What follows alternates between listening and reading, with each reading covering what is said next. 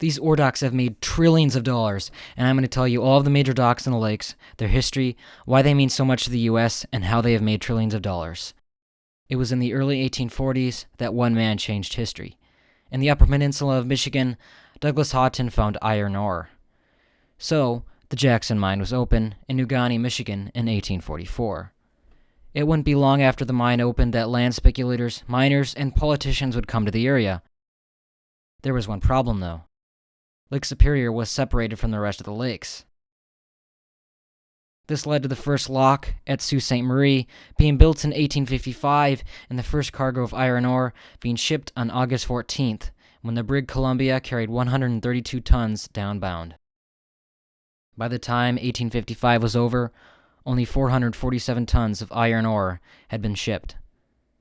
The amount next year would be a shocking comparison.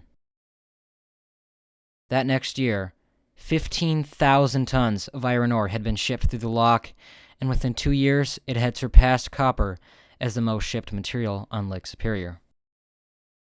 In 1859, history was made again, not in just one way, but in two. At Marquette, the Cleveland Iron Company built the first chute loading dock. It was a wooden dock measuring 30 feet in height and a couple hundred feet in length. The dock was much better adapted to schooners as they had hatch openings on the deck, but the problem was that many steam-powered vessels would be much harder to load. The other thing that would happen that year was the turning point. The R.J. Hackett was built in Cleveland, Ohio, with a specific purpose of carrying iron ore. In fact, the vessel's hatches would be centered every 24 feet to align with the new dock at Marquette. Of course, this wouldn't be the only ore dock built. As iron ore increased in shipment, mining did too.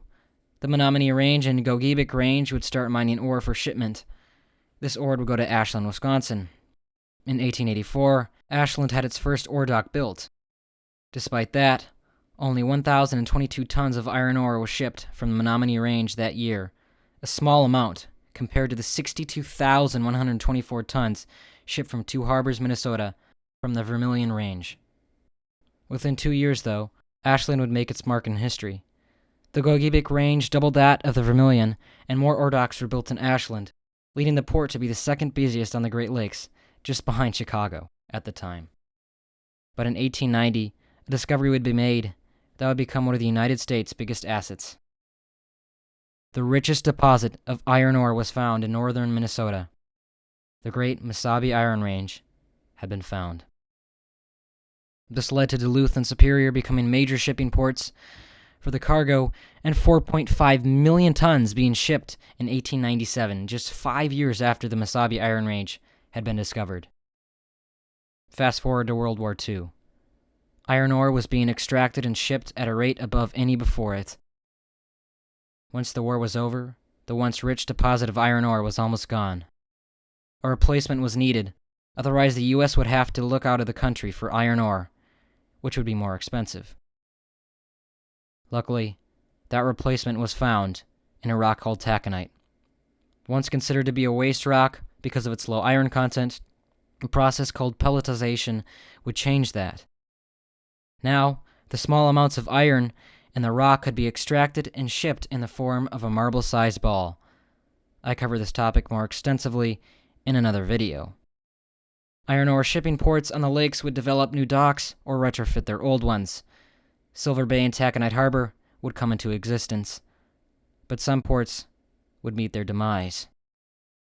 Nevertheless, these ports and their ore docks are or were the backbone of our economy and are responsible for trillions of dollars. So let's take a look at each major one in depth and how they all work.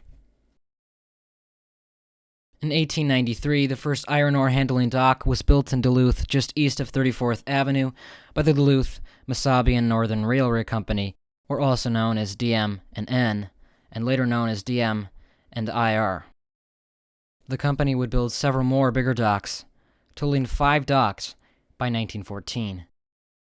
In 1918, the 6th dock was built, measuring an astounding 2,304 feet in length, with 192 pockets on each side and the ability to hold 153,600 tons of iron ore. What's even more shocking is how simple they are. These docks work through use of just gravity. Trains arrive with ore from the mines and drop them into steel bins, or what's better known as pockets. When a ship arrives, the chutes are lowered into the vessel's hatches, and a door at the bottom of the pocket opens, and the iron ore flows from the chute into the hold of the vessel. Over the years, 4 of the 6 docks would be dismantled as they were wooden docks. The steel and concrete built docks, number 5 and 6, would remain. In the late 1970s, ore dock number 6 was partly retrofitted with a new conveyor belt system to accommodate the larger 1,000-foot vessels. This conveyor belt system uses shuttles that extend out from the storage bins and over the top of the ship's hatches. These shuttles can extend or retract to evenly load the vessel. They are operated by a shiploader who works in the booth and communicates with the first mate to make sure the vessel is evenly loaded. Currently, ore dock number 6, or better known as Canadian National Ore Dock number 6, is the only one being used out of the 2 remaining. Canadian National acquired the docks in 2004 when they purchased the assets of Great Lakes Transportation. The first ore dock in Superior was built in 1892. Over time, 3 other docks would be built, including the Northern Pacific Ore Dock in 1913. The dock was shut down in 1970, and in 1980, it had its railway connection cut, and other parts have also been removed over time. Currently, none of the 4 original docks are being used. Instead, the Burlington Northern Santa Fe Dock 5 is. The taconite loading facility was built in 1976 with a price tag of $40 million. This would replace the chute loading docks in Superior. The Burlington Northern Dock also uses the conveyor belt system. The first ore dock built in 2 harbors was in 1883, and what it did the next year was insane. It shipped 62,124 tons of iron ore, a number that was impressive for its time. By 1938, 6 docks were operational at 2 harbors. Over that time, the wooden dock number 1 had been replaced in 1911 with a new steel and concrete dock measuring 1,344 feet in length and 75 feet in height from the waterline. This ore dock was the first steel and concrete dock built in the U.S. Dock number 2 would also be replaced in 1916 by a steel and concrete dock measuring 1,368 feet in length and 80 feet in height. In 1976, a portion of dock number 2 was retrofitted with the new conveyor belt system. Silver Bay came into existence because of the taconite industry. Reserve Mining had started mining in a town they had created, Babbitt, Minnesota. In 1956, they built a taconite plant and a shiploader, and as a result, Silver Bay became a town and a port.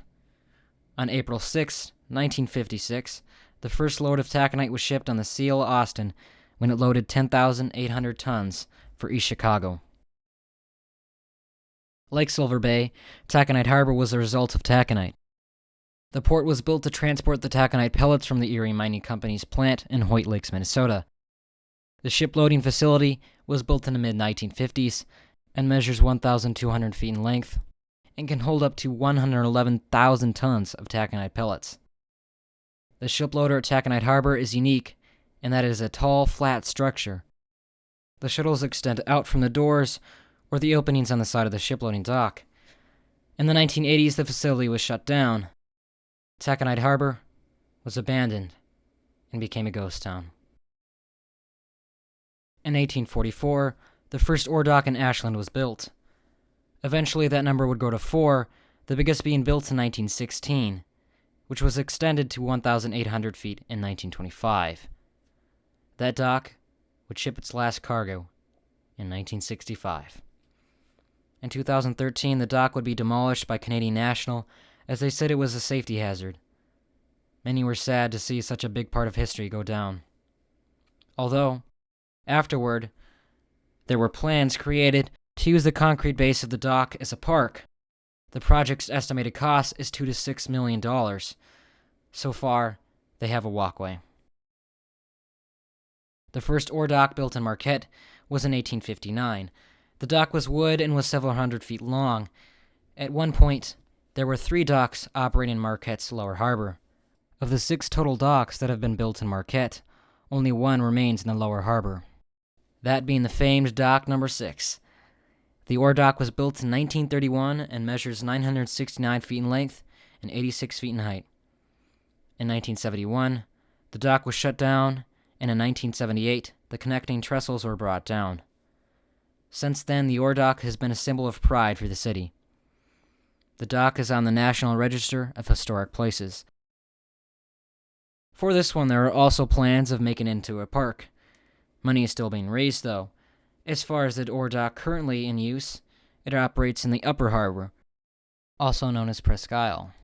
It was built in 1911 and measures 1,250 feet in length and 75 feet in height. In the 1860s, the first iron ore docks were built at Escanaba.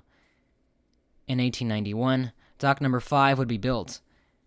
But what would happen in 1898 would be heard from a mile away. The dock collapsed, and so did 28 rail cars along with it. It was rebuilt in 1910. Escanaba was also a busy iron ore shipping port, and at one point it had 4 ore docks operating at once.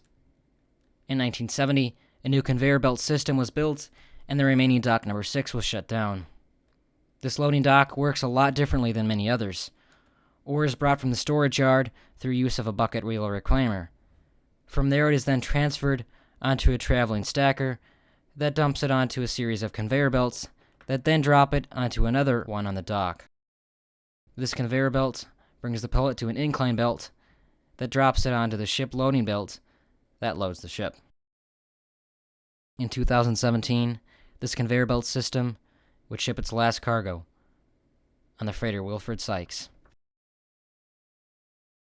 So here's the big question. How do these ore docks make trillions of dollars? How have they made trillions of dollars?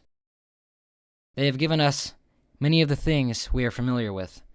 These docks have loaded the iron ore and taconite onto vessels that take them to steel mills where they are made into steel and used in many of the things we are familiar with today, like cars, parts of planes, boats, tools, bridges, etc. These docks are not only a part of history, but what has supplied the country with one of its biggest materials. And that's just how these ore docks have made trillions of dollars.